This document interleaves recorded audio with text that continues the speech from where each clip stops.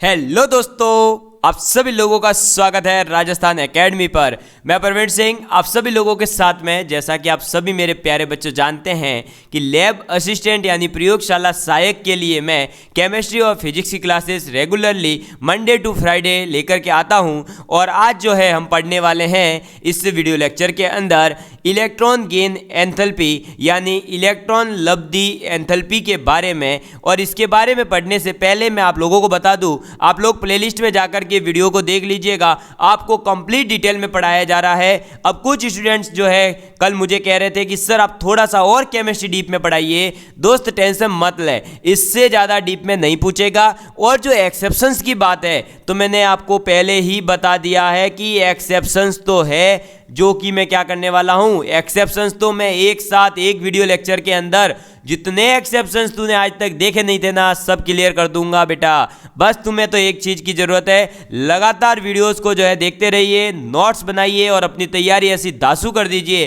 कि वैकेंसी आने से पहले पहले देखिए दोस्तों, आपका 50% सिलेबस यूट्यूब पर अगर किसी ने क्वालिटी के साथ करवाया हो तो वो सिर्फ राजस्थान एकेडमी है। तो हमारी जो ये मेहनत है, इस मेहनत को प्लीज़ आप लोग दोस्तों सफल बनाइए। ज़्यादा से ज़्यादा आप जो है बस शेयर करिए, और हमें कुछ नहीं चाहिए। और शेयर करने का भी दोस्तों आपको टाइम वेस्ट नहीं करना है, आपको जस्ट क्लास ज्वाइन करने से पहले एक बार स्टेटस लगा दीजिए बस।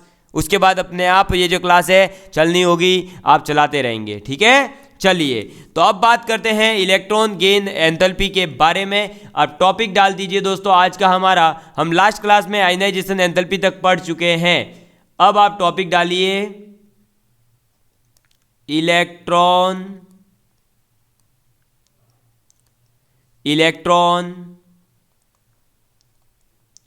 लब्धि एंथैल्पी, ठीक है। तो अब हम बात करने वाले हैं इलेक्ट्रॉन गेन एंथैल्पी के बारे में। चलिए तो आप टॉपिक डाल दीजिए अपनी कॉपी में जल्दी से। और मैं तो यही कहूँगा, जब वीडियो लेक्चर देख रहे हो तभी आपको नोट्स बना देने चाहिए, ताकि साथ के साथ आपके नोट्स बन भी जाएं और साथ के साथ आपके जो है प्रिपरेशन भी बहुत अच्छे लेवल पर होती रहे, ठीक है। अब इलेक्ट्रॉन लब्धि एंथैल्पी के बारे में बात करें तो इलेक्ट्रॉन लब्धि एंथैल्पी होती क्या है, इलेक्ट्रॉन गेन एंथैल्पी होती क्या है। गेन का मतलब क्या होता है दोस्तों, अरे गेन का मतलब क्या होता है, कोई चीज प्राप्त करना या लेना, ठीक है। तो जब आपका कोई भी उदासीन परमाणु था वो किसी इलेक्ट्रॉन को ग्रहण करेगा तो क्या हो जाएगा, वो आपका परमाणु ऋणायन हो जाएगा। और जो ये ऋणायन कन्वर्ट हुआ है तो इसकी एंथैल्पी में कोई ना कोई परिवर्तन हुआ होगा। तो जो इसकी एंथैल्पी में परिवर्तन हुआ उस परिवर्तन को ही हम कहते हैं इलेक्ट्रॉन लब्धि एंथैल्पी। चलिए तो डेफिनेशन लिखिए आप इसकी कि जब कोई मिल जाए, ठीक है। तो आप लिखिए जब कोई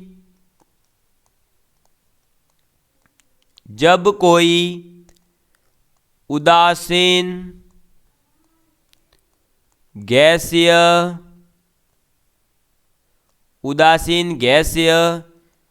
परमाणु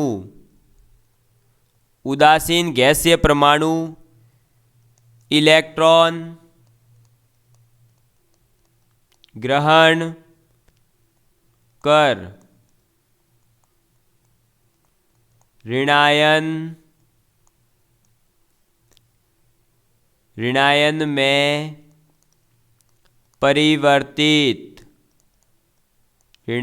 में परिवर्तित होता है तो इस प्रक्रम या इस प्रक्रिया में हुए एंथैल्पी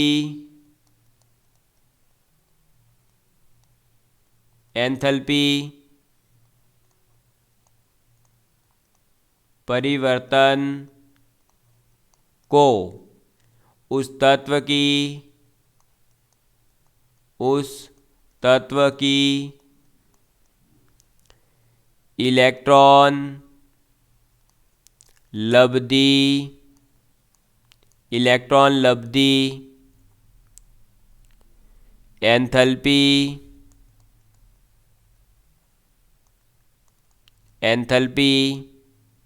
यानी कि डेल्टा ईजी यानी इलेक्ट्रॉन गेन एंथैल्पी कहते हैं। समझ में आ गई बात। तो आपका इलेक्ट्रॉन गेन एंथैल्पी या इलेक्ट्रॉन लब्धि एंथैल्पी का मतलब क्या होता है? जब भी आपका कोई उदासीन परमाणु किसी इलेक्ट्रॉन को ग्रहण करेगा तो वो बन जाएगा आपका ऋणात्मक, और जब वो ऋणात्मक बन रहा है तो उसके एंथैल्पी में कुछ परिवर्तन हुआ होगा, और उसके एंथैल्पी में परिवर्तन को ही हम इलेक्ट्रॉन लब्धि एंथैल्पी कहते हैं। ठीक है, चलिए आपको अगर एक एग्जाम्पल लिखना है तो आप ये लिख सकते हैं। सपोज करिए ये कोई आपका एक्स परमाणु था जिसने एक इलेक्ट्रॉन ग्रहण किया और वो बन गया आपका क्या, एक्स माइनस जी। ठीक है, तो इसमें जो आपकी ऊर्जा निकलेगी उसको हम कह देंगे, ये कैसा प्रोसेस है? पहले तो ये प्रोसेस हो जाएगा ऊष्माक्षेपी। कैसा प्रोसेस होगा?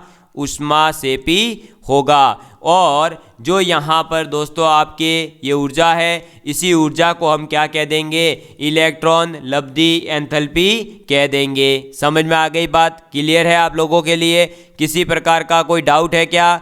अरे किसी प्रकार का कोई डाउट है? मेरे हिसाब से कोई डाउट नहीं होगा। ठीक है, अब इस इलेक्ट्रॉन लब्धि एंथैल्पी के बारे में हम कुछ इम्पॉर्टेंट पॉइंट्स जो हैं वो आप नोट करेंगे।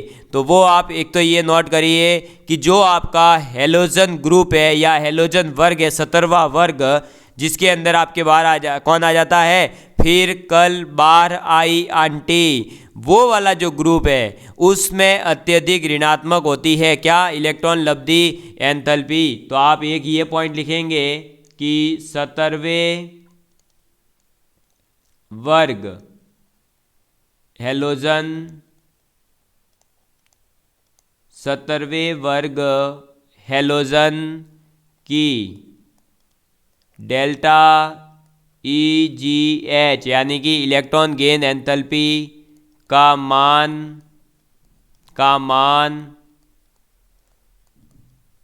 अत्यधिक ऋणात्मक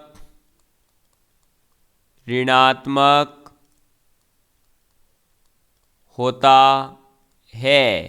ठीक है, तो जो 17वें वर्ग के हेलोजन है उनके इलेक्ट्रॉन गेन एंथैल्पी जो है वो बहुत ही ज़्यादा ऋणात्मक होती है। ये बात आपको याद रखनी है। समझ में आ गई बात? चलिए दूसरी बात आप याद रखेंगे कि जो पहली इलेक्ट्रॉन गेन एंथैल्पी है वो तो नेगेटिव होती ही है। ठीक है, उसमें कोई बड़ी बात नहीं है, लेकिन आप बात ये याद रखेंगे कि जो सेकेंड आपके इलेक्ट्रॉन गेन एंथैल्पी होगी, सेकेंड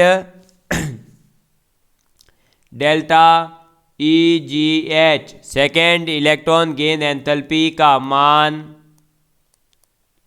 मान धनात्मक होता है। ये क्वेश्चन पूछा गया है। तो कैसी होती है सेकेंड इलेक्ट्रॉन गेन एंथैल्पी? धनात्मक होती है। धनात्मक इसलिए होती है क्योंकि Hg जो आपका नेगेटिव बन चुका था पीछे, ये देखिए या बना गया था, अब इसके अंदर जैसे ही ये एक और इलेक्ट्रॉन को ग्रहण करती है तो इसमें ऊर्जा जो है आपको देनी होगी, और फिर ये बन जाएगा क्या? X-2G। तो इसका मतलब ये कैसा प्रोसेस हुआ? ये प्रोसेस हो गया आपका ऊष्माशोषी। इस वजह से इलेक्ट्रॉन गेन एंथैल्पी सेकेंड जो होगी वो हमेशा कैसी होगी? पॉजिटिव होगी। क्लियर है इतनी बात? किसी प्रकार का कोई डाउट हो तो आप प्लीज़ कमेंट करके जल्दी से जल्दी बता दिया करें। और आप तीसरा पॉइंट लिखेंगे दोस्तों कि जो उत्कृष्ट गैसें हैं या जो निष्कृष्ट गैस है आपकी अक्रिय गैस है, जिन्हें कहा जाता है कौन सी? Helium, neon, argon, krypton, xenon, radon. उन गैस की उत्कृष्ट गैस की delta EGH electron gain enthalpy का मान अत्यधिक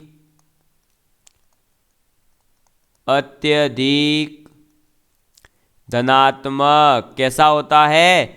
अत्यधिक धनात्मक होता है। समझ में आ गई बात?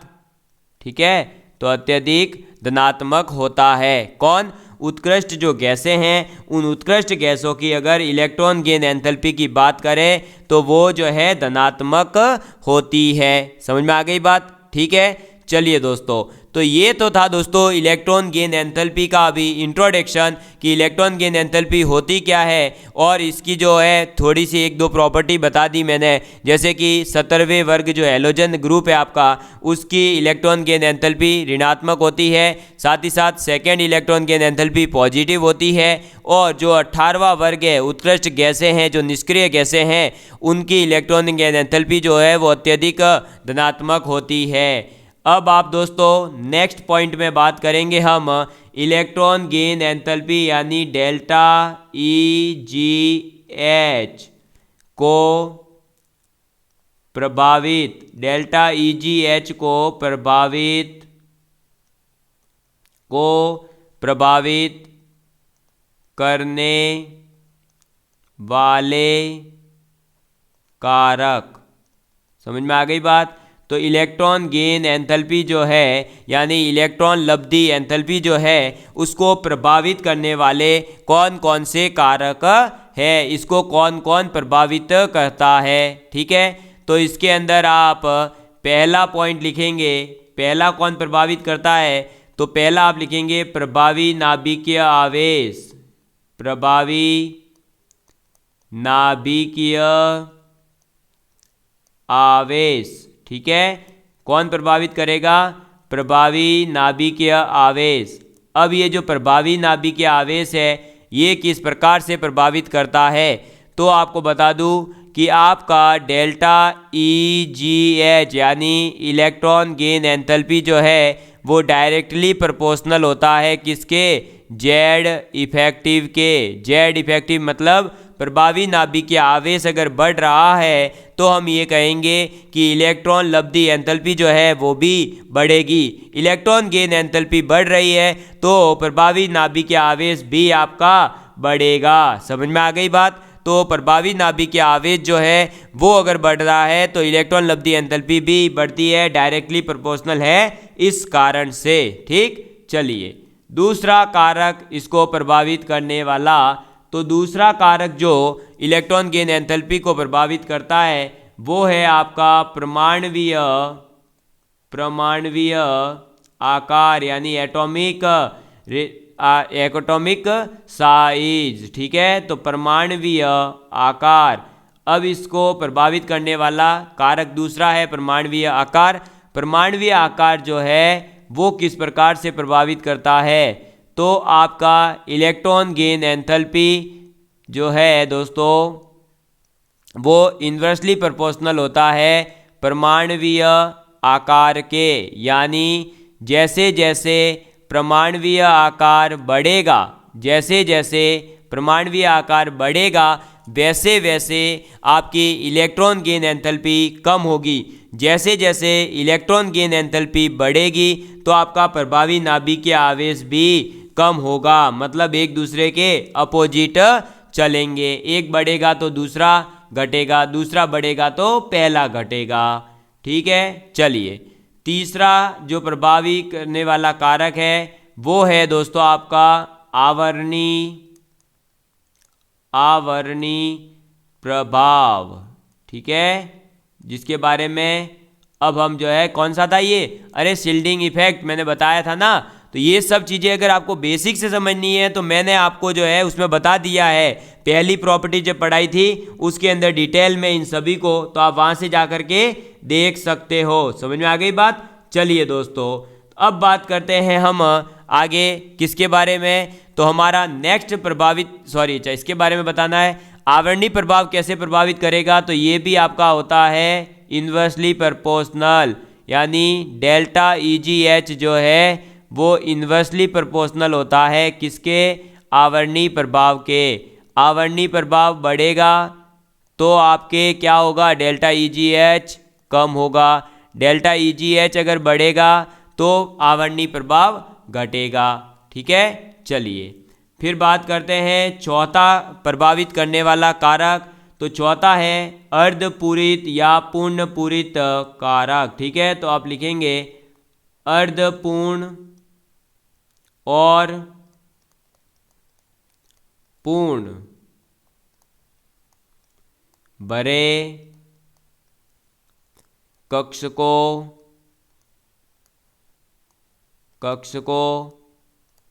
का स्थायित्व।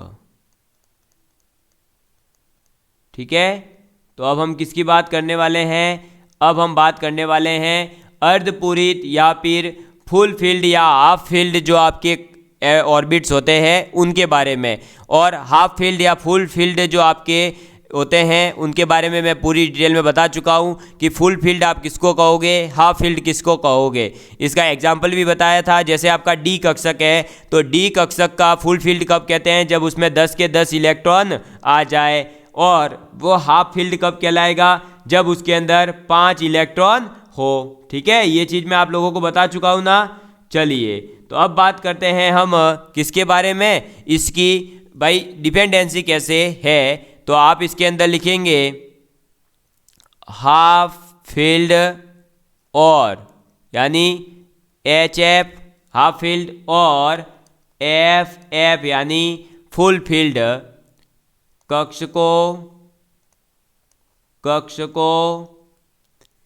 का स्थायित्व अधिक होता है। यह आप लोगों को पता ही है। तो स्थायित्व अधिक होता है, अतः स्थायित्व अधिक है तो आपकी delta EGH electron gain enthalpy का मान कम होगा। क्या होगा? इलेक्ट्रॉन गेन एंथैल्पी का मान कम होगा। समझ में आ गई बात? तो आप ये कह सकते हैं कि अगर किसी भी परमाणु के लिए उसका एटॉमिक इलेक्ट्रॉनिक कॉन्फ़िगरेशन जो होता है, इलेक्ट्रॉनिक विन्यास जो होता है, वो अगर फुल फील्ड या हाफ फील्ड है तो वो ज़्यादा अधिक स्थायी है, ये आप लोगों को पता ही है। और वो अगर ज़्यादा अधिक स्थायित्व है तो फिर उसकी इलेक्ट्रॉन गेन एंथैल्पी जो है वो कम हो जाएगी। कम इसलिए होगी क्योंकि वो जो है दोस्तों इलेक्ट्रॉन ग्रहण करना नहीं चाहेगा। समझ में आ रही है बात? तो अगर इलेक्ट्रॉन ग्रहण करना चाहता ही नहीं है कोई तो फिर आप कैसे ग्रहण करवाओगे? और जब ग्रहण करना चाहता नहीं तो उसकी ऊर्जा में परिवर्तन कम होगा। और ऊर्जा में परिवर्तन अगर कम है तो इलेक्ट्रॉन गेन एंथैल्पी ऑटोमेटिकली ही क्या हो जाएगी? कम हो जाएगी। समझ में आ गई बात? चलिए, बात करते हैं हम नेक्स्ट पॉइंट के ऊपर। और नेक्स्ट पॉइंट हमारा आ जाता है कि ये जो है अपनी प्रॉपर्टी आवृत्तिता कैसे रिप्रेजेंट करती है, किसके अंदर? दोनों केसों में, यानी ये पीरियड्स के अंदर जो है क्या इसका ट्रेंड रहता है और इसका ट्रेंड जो है आपके किसमें? अरे भाई साहब, इसका ट्रेंड किसके अंदर? आपके वर्ग के अंदर। यानी हम ये कह सकते हैं कि इलेक्ट्रॉन गेन एंथैल्पी का जो ट्रेंड है वो आवर्त में क्या रहेगा, यानी दाएं से बाएं जाएंगे तब क्या होगा, और जब आप ऊपर से नीचे आएंगे वर्ग में तब क्या होगा। तो आप लिखेंगे आवर्त के अनुदिश आवृत्तिता, आवर्त के अनुदिश आवृत्तिता यानी कि पीरियोडिसिटी इन पीरियड्स। ठीक है, चलिए तो अब बात करते हैं इलेक्ट्रॉन गेन एंथैल्पी की। तो मैं आपको बता दूं दोस्तों, जब आप आवर्त में आवर्त के अनुदिश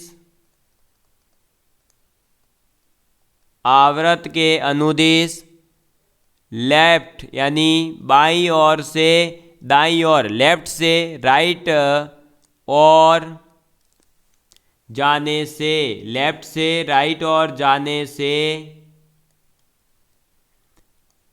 delta EGH electron gain enthalpy अधिक होती है। समझ में आ गई बात? तो जब आप आवर्त के अंदर बाईं ओर से दाईं ओर जाते हैं तो क्या होता है दोस्तों? आप बाईं ओर से दाईं ओर जैसे जैसे बढ़ेंगे वैसे वैसे आपके जो है इलेक्ट्रॉन गेन एंथैल्पी अधिक होगी। इलेक्ट्रॉन गेन एंथैल्पी अधिक होती है और अच्छा अच्छा, अधिक है नहीं, अधिक होती है। क्यों होती है वो भी लिखवा देता हूं। तो अधिक होती है क्योंकि आपको पता है दोस्तों, प्रभावी नाभिकीय आवेश, प्रभावी नाभिकीय आवेश, प्रभावी नाभिकीय आवेश में वृद्धि होती है इसलिए। ठीक है, ये बात आपको याद रखनी है कि अगर आप आवर्त के अनुदिश चल रहे हो बाईं ओर से दाईं ओर, तो आपके इलेक्ट्रॉन गेन एंथैल्पी जो है उसमें वृद्धि होती जाएगी। और इलेक्ट्रॉन गेन एंथैल्पी में वृद्धि इसलिए होती है क्योंकि आप लोगों को पता है दोस्तों, आपके जैसे जैसे आप आवर्त के अंदर बाईं ओर से दाईं ओर आ रहे हो, उसके अंदर क्या होता जाता है, प्रभावी नाभिकीय आवेश जो है वो क्या होगा दोस्तों, प्रभावी नाभिकीय आवेश में भी वृद्धि होती जाएगी। तो ये बात आप लोगों को याद रखनी है। समझ में आ गई बात? क्लियर है आप लोगों के लिए? चलिए अब दोस्तों मैं आप लोगों को बता दूं एक और इम्पॉर्टेंट पॉइंट जो आपको याद रखना है। ठीक है, और वो पॉइंट ये है, एक एक्सेप्शन की तरह याद रख सकते हैं कि फ्लोरीन की इलेक्ट्रॉन गेन एंथैल्पी, किसकी, फ्लोरीन की इलेक्ट्रॉन गेन एंथैल्पी क्लोरीन से कम होती है। ठीक है, क्लोरीन से कम होती है, ये बात आप लोगों को याद रखनी है। ठीक, क्या याद रखोगे कि क्लोरीन की इलेक्ट्रॉन गेन एंथैल्पी फ्लोरीन से ज़्यादा है, Cl is greater than F, ये बात आप लोगों को याद रखनी है। चलिए अब बात करते हैं हम नेक्स्ट कॉन्सेप्ट की और। तो अब हम बात करेंगे दोस्तों इलेक्ट्रॉन लब्धि एंथैल्पी यानी इलेक्ट्रॉन गेन एंथैल्पी जो है उसके अनुप्रयोगों के बारे में। ठीक है, तो आप लिखेंगे दोस्तों डेल्टा EGH के अनुप्रयोग, यानी आप इस डेल्टा EGH को देख करके या इसके उपयोग से आप जो है कौन कौन सी प्रॉपर्टीज़ के बारे में क्या क्या कह सकते हो। तो इसके अनुप्रयोग में पहला इसका अनुप्रयोग आ जाएगा दोस्तों बंध की प्रकृति। क्या आ जाएगा? बंध की प्रकृति। ठीक है, चलिए दोस्तों अब बंध की प्रकृति के बारे में डेल्टा EGH क्या कहता है। तो डेल्टा EGH कहता है दोस्तों, अगर आपके पास में दो तत्व है, क्या है, दो तत्व है, उनकी आयनन एंथैल्पी और इलेक्ट्रॉन लब्धि एंथैल्पी के मान का जो अंतर होता है, भाई जो आपके आयनाइजेशन एंथैल्पी है और जो इलेक्ट्रॉन गेन एंथैल्पी है, उन दोनों का जो डिफरेंस होगा वो हमेशा क्या, अगर दोस्तों आपके क्या आ जाए, जालक ऊर्जा से कम आ जाए, तब तो यौगिक है वो कैसा होगा, आयनिक होगा। और अगर अंतर ज़्यादा आ जाए तो वो आपका क्या होगा, कोवेलेंट होगा। कहने का मतलब क्या है, आप कोई भी दो तत्व लीजिए, उनकी आयनाइजेशन एंथैल्पी और उनकी इलेक्ट्रॉन गेन एंथैल्पी निकालिए, उन दोनों का आप निकालिए फिर अंतर, वो अंतर अगर उसकी जालक ऊर्जा से कम आ रहा है तो आपका जो कंपाउंड है वो क्या होगा, आयनिक होगा। और अगर वो तत्वों की जो ऊर्जा का अंतर है वो ज़्यादा आ रहा है जालक ऊर्जा से भी, तो आप कहेंगे कि वे दोनों जो तत्व है वो कैसे बॉन्ड बनाएंगे, उन दोनों के बीच में सहसंयोजक यानी कोवेलेंट बॉन्ड बनेगा। तो ये पॉइंट आप लिख लीजिए, यदि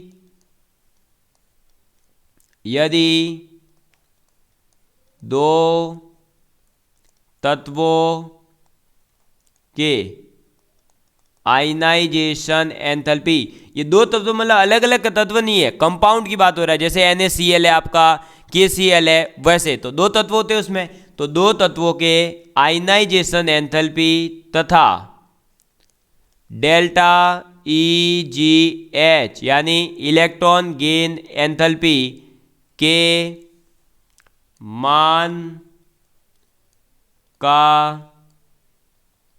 अंतर जालक ऊर्जा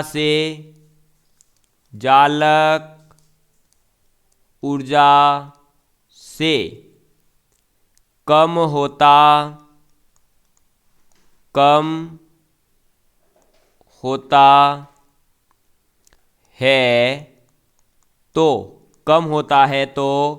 यौगिक जो होगा आपका उसकी प्रकृति कैसी होगी? यौगिक की प्रकृति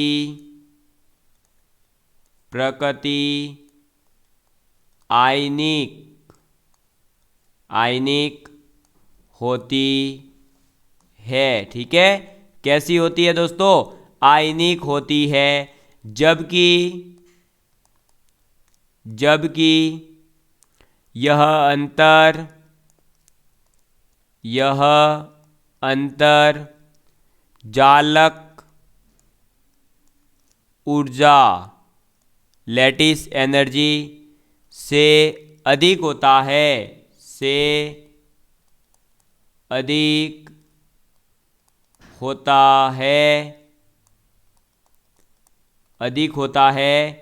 तो यौगिक की प्रकृति यानी उसका नेचर, प्रकृति सहसंयोजक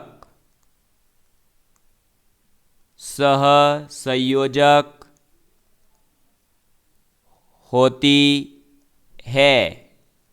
ठीक है, तो बंध की प्रकृति के बारे में आप कैसे पता लगाओगे? उसकी आयनाइजेशन एंथैल्पी और उसकी इलेक्ट्रॉन गेन एंथैल्पी का जो अंतर है उसके बेस पर आप ये पता लगाओगे कि वो जो कंपाउंड है वो आयनिक है या कैसा है, कोवैलेंट है। समझ में आ गई बात? क्लियर है आप लोगों के लिए?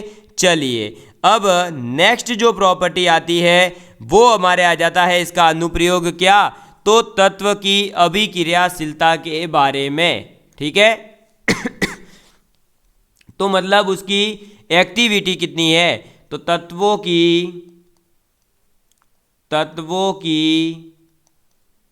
अभिक्रियाशीलता,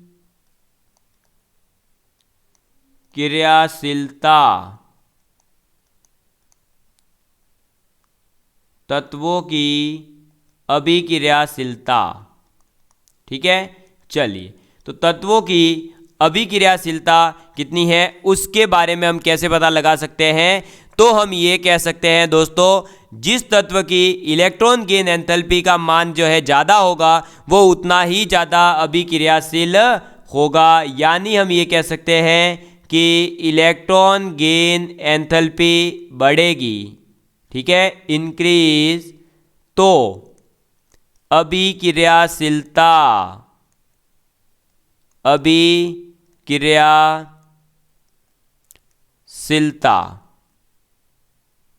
क्या होगी? बढ़ेगी, इंक्रीज। समझ में आ गई बात? तो अगर इलेक्ट्रॉन गेन एंथैल्पी बढ़ रही है तो आपके अभिक्रियाशीलता भी बढ़ती है, ये बात आपको याद रखनी है। इसीलिए आवर्तों के अंदर मैंने जैसा कि आप लोगों को पीछे पॉइंट लिखवाया था, हैलोजन की जो है अभिक्रियाशीलता सबसे ज़्यादा होती है। इसीलिए हैलोजन की अभिक्रियाशीलता भी दोस्तों क्या होती है? अधिक होती है। अगर आप लोगों से पूछ लिया जाए कि बताइए जो हमारे हैलोजन हैं उनकी अभिक्रियाशीलता अधिक क्यों है, तो आप ऑप्शन में मिले अगर क्योंकि उनकी इलेक्ट्रॉन गेन एंथैल्पी अधिक होती है, कम होती है, या फिर जीरो होती है, या आपसे कहे निम्न में से कोई नहीं, तो आप ये कहेंगे कि इनकी इलेक्ट्रॉन गेन एंथैल्पी, इलेक्ट्रॉन लब्धि एंथैल्पी उच्च होने के कारण। ठीक है, चलिए तीसरा अनुप्रयोग आप लिखेंगे ऑक्सीकारक क्षमता के बारे में। ऑक्सीकारक,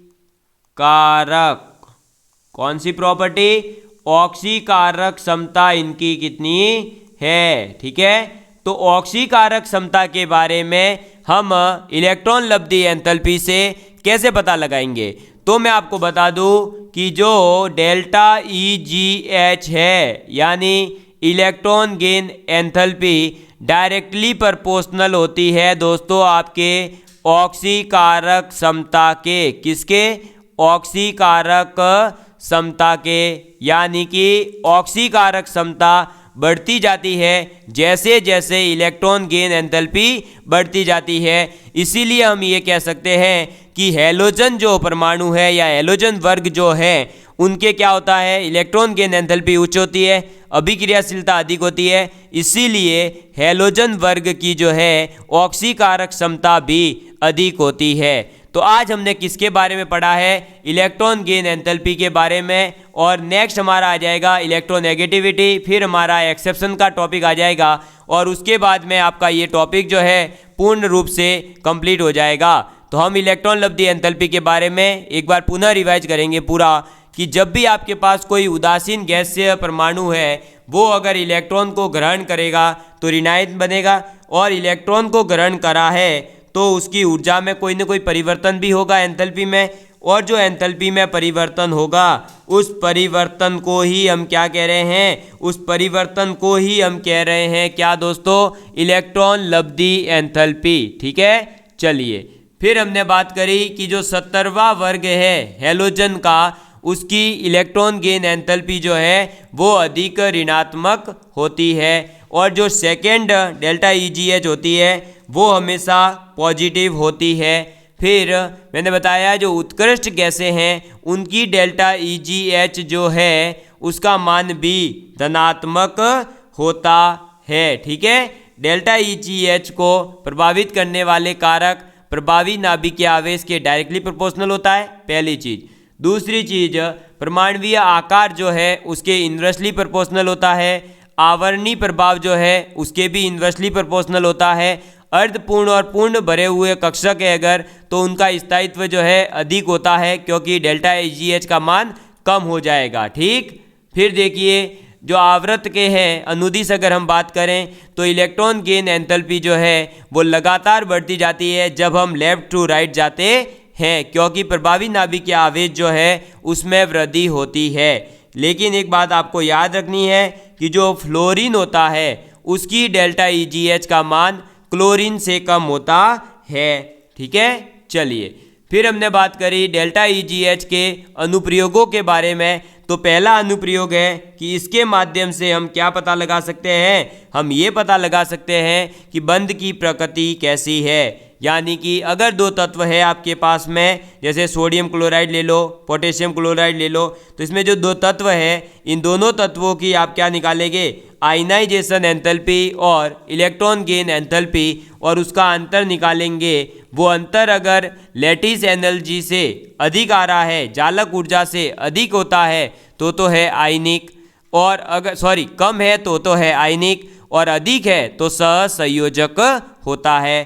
तत्वों की अभिक्रियाशीलता जो है वो डायरेक्टली प्रोपोर्शनल होती है किसके, इलेक्ट्रॉन गेन एंथैल्पी के, और ऑक्सीकारक क्षमता जो है वो भी इलेक्ट्रॉन गेन एंथैल्पी के डायरेक्टली प्रोपोर्शनल होती है। समझ में आ गई बात आप लोगों को। चलिए दोस्तों, तो आज हमने बात कर ली इलेक्ट्रॉन गेन एंथैल्पी के बारे में। Love you all of you, और आप सभी लोगों का प्यार इसी तरह बनाए रखिएगा। आप लोग जिस प्रकार से मुझे प्यार दे रहे हैं आप टेंशन मत लीजिए, आप लोगों को मैं 100% पूरा का पूरा कोर्स फ्री में करवा कर रहूँगा विथ क्वेश्चन प्रैक्टिस। ठीक है, डरना नहीं है, केवल जो है मेहनत करते जाना है और कहीं भी मिसगाइड नहीं होना है। ये चीज़ ज़्यादा इम्पोर्टेंट है। पढ़ने और पढ़ाने के कंटेंट को लेकर के आपको बिल्कुल भी नहीं डरना है। आपका जितना कंटेंट पढ़ाया जा रहा है ना, इतना कंटेंट आपको फ्री ऑफ कॉस्ट कोई नहीं पढ़ा रहा है। पेड में भी इतना तो अच्छा कंटेंट नहीं दे रहे हैं कई लोग, तो मुझे मैसेज आ रहे हैं कई बच्चों के, तो आपको डरना नहीं है। Love you all of you, bye bye दोस्तों।